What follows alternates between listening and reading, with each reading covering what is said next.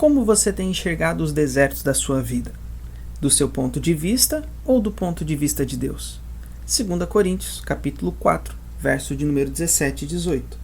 Pois os nossos sofrimentos leves e momentâneos estão produzindo para nós uma glória eterna que pesa mais do que todos eles. Assim, fixamos os olhos não naquilo que se vê, mas no que não se vê, pois o que se vê é transitório, mas o que não se vê é eterno. O deserto tem um conteúdo simbólico na Bíblia Sagrada. Em Gênesis, é dito que quando o homem foi expulso do paraíso, no Jardim do Éden, foi para o deserto, para uma terra árida e seca, Gênesis 2:23.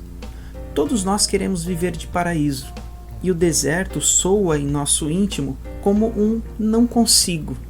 Porém, a grande verdade é que o deserto é o caminho até lá. Considere a imagem que construímos a respeito dessa terra árida e seca de um outro modo, de uma nova perspectiva, o da Palavra de Deus. Por exemplo, é no deserto que Moisés tem um encontro com Deus e ouve a sua voz. É no deserto que o povo de Israel peregrina em direção à terra prometida e tem suas experiências de contato com Deus. E também passa por todas as provações e dificuldades que vão legitimar a sua fé. Quando a gente para considerar o deserto um pouco mais de perto, a gente percebe que existe uma realidade por detrás dos fatos. O deserto é um lugar onde estamos puros diante de Deus. Puros no sentido de não termos nenhum ponto de apoio ou disfarce, por exemplo. No deserto, não importa a roupa que você veste, ou o carro que você usa, ou onde você mora. Não importa a sua função social, por exemplo, seus cargos importantes, seus títulos.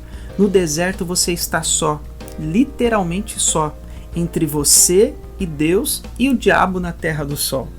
O deserto é o lugar dos encontros verdadeiros, é assim que a gente vê na Bíblia Sagrada. Esses encontros verdadeiros somente são possíveis na solidão e na solitude. O deserto é um tempo muito fértil, é um tempo cheio de possibilidades.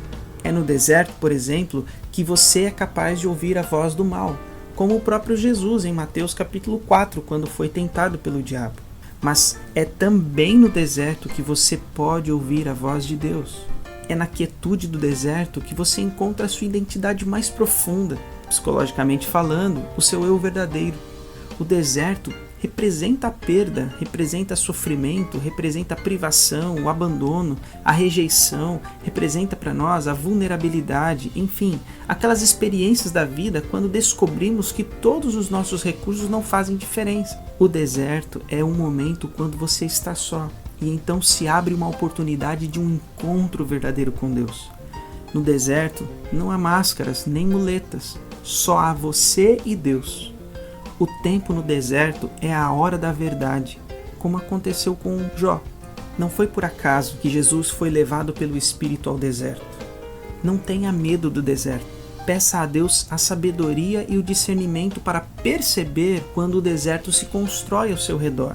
Mas jamais duvide que ali, sob o sol cruel do deserto, o Espírito Santo está com você para sustentar a sua vida e levá-lo para mais perto do coração de Deus.